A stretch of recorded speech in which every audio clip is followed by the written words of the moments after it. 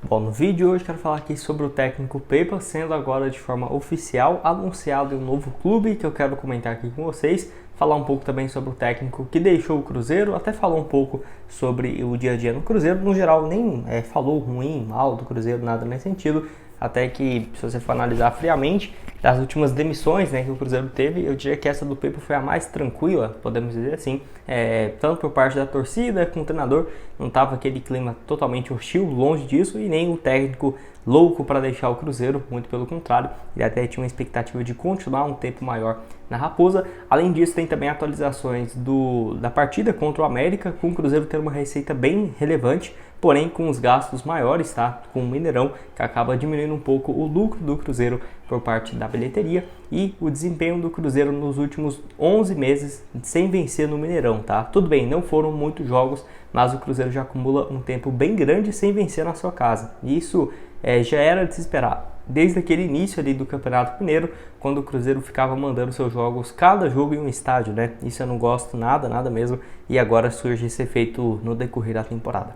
Só antes de começarmos, aproveite aqui para deixar seu like, se inscrever no nosso canal. Eu me chamo Gustavo, conto com a sua ajuda para chegarmos aqui a 40 mil inscritos no YouTube do Cruzeiro News. Então se você puder deixar seu like, se inscrever, certamente nos ajuda bastante. Antes de dar sequência aqui nosso vídeo, tem um recado aqui do Futebol Interativo, patrocinador do canal, que você pode trabalhar no futebol, tá? Seja você tem interesse de ser um treinador, um analista técnico, ou por exemplo numa área como jornalista, analista de desempenho, você pode fazer e tirar a sua certificação, inclusive com parceria com alguns clubes, que eu vou deixar aqui, espalhados pelo Brasil, que você pode ir lá e fazer um estágio, tá? Para você ter o dia a dia daquela sua profissão. E você vindo pelo meu link aqui embaixo na descrição, falando que veio aqui pelo canal, pelo Cruzeiro News, você garante esse desconto de R$1.000 na sua matrícula. Então, para você começar hoje mesmo no futebol interativo, tirar todas as suas dúvidas, ver quais são as áreas disponíveis, que são várias, tá? O link vai estar tanto aqui embaixo na descrição, quanto também no primeiro comentário fixado. O Cruzeiro aí precisando de um treinador, Quem sabe aí você não possa ser o técnico do Cruzeiro no futuro. Eu sinceramente acho que pode ser uma boa opção. O link do futebol interativo, então, tá aqui embaixo. Bom, quero falar aqui sobre o público entre Cruzeiro e América, que foram um pouco mais de 44 mil torcedores, sendo o terceiro maior público do ano, tá? Tendo uma receita na casa de R$1 milhão, no caso de lucro. E olha que o faturamento foi muito mais alto do que isso, porém, tirando todas as despesas, o Cruzeiro ficou com esse valor próximo de R$1 milhão. No caso, a entidade, a CBF, informou que a renda líquida do jogo do Cruzeiro foi de R$817 mil.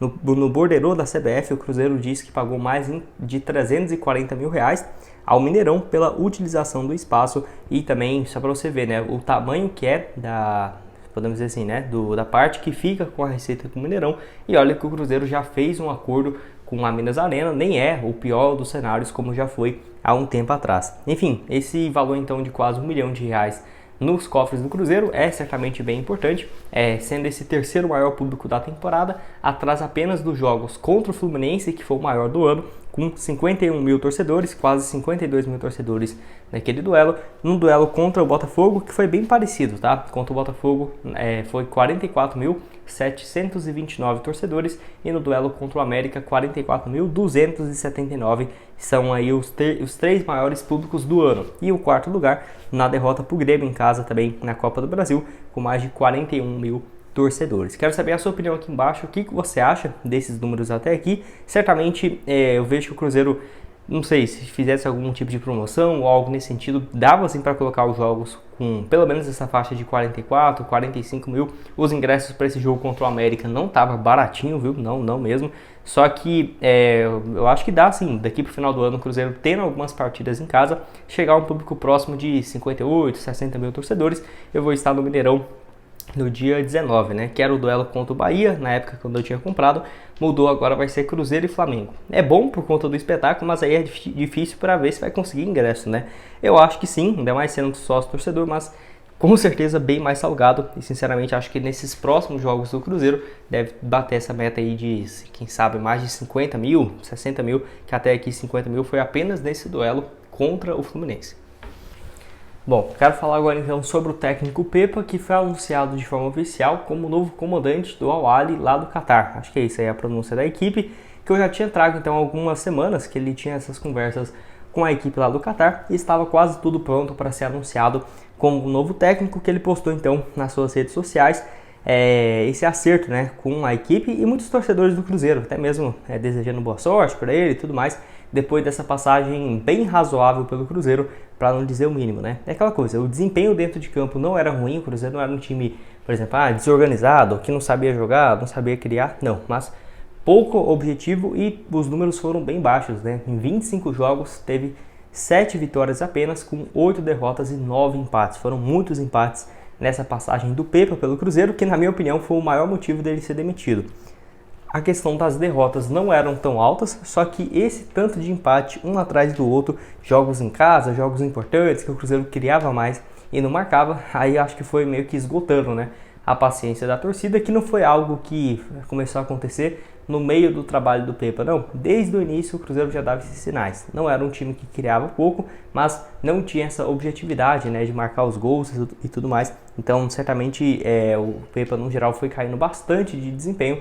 E eu já trouxe aqui algumas matérias recentes, né, falando que o clima entre os jogadores e o técnico português não era dos melhores, tá? Quando ele sai, então, você pode ver que ali, até na carta de despedida dele para o Cruzeiro, se eu não estiver enganado, só 2 jogadores curtiram essa publicação do Pepa, né, que foi o Rafael Cabral e o Marlon. Se eu não estiver enganado, foram só os 2, mas não quer dizer que os 2 tinham uma ótima relação com o Pepa, não, tá? Então, ele acabou saindo bem queimado aqui pelo Cruzeiro, só que não foi aquele clima hostil, né, como já teve outras demissões de treinadores no Cruzeiro, ainda mais naquela época ali da Série B, porém, certamente, por ter começado ali em 5º lugar, 6º, 7º, Cruzeiro brigando na parte de cima e depois ficando em 13º, 12º, com essa sequência gigante de empates, acaba que prejudicou bastante o trabalho do treinador, que lembrando, né, ele foi demitido, só que no bid da CBF só foi registrado então a sua saída do Cruzeiro um pouco mais de 15 dias depois, porque o Cruzeiro e o Pepa devia, né, o Cruzeiro devia um acordo para o técnico português por conta da demissão, se eu não estiver enganado,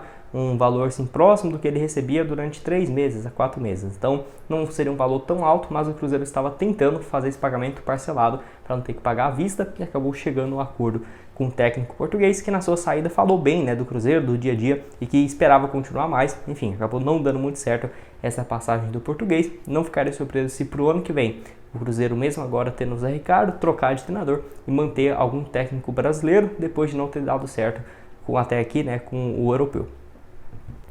Bom, para terminar, quero falar aqui sobre o desempenho bem ruim do Cruzeiro jogando no Mineirão nos últimos 11 meses, tá? Onde aqui, ó, o blog da Raposa trouxe essa informação que o Cruzeiro vai completar 11 meses sem vencer em casa. A última vitória foi naquele jogo contra o CSA, por incrível que pareça, no caso, quando o Cruzeiro venceu por 3-2 na última rodada da Série B. Então, só para você ter uma ideia, de lá para cá foram apenas 7 jogos. Não é muito, né? É pouquíssimos, para falar a verdade, mas 3 derrotas e 4 empates. Tudo bem, não teve adversários que o Cruzeiro enfrentou em casa, assim, que era óbvio que o Cruzeiro iria ganhar. Não, empatou com o Red Bull Bragantino. O Red Bull Bragantino está em 2º lugar.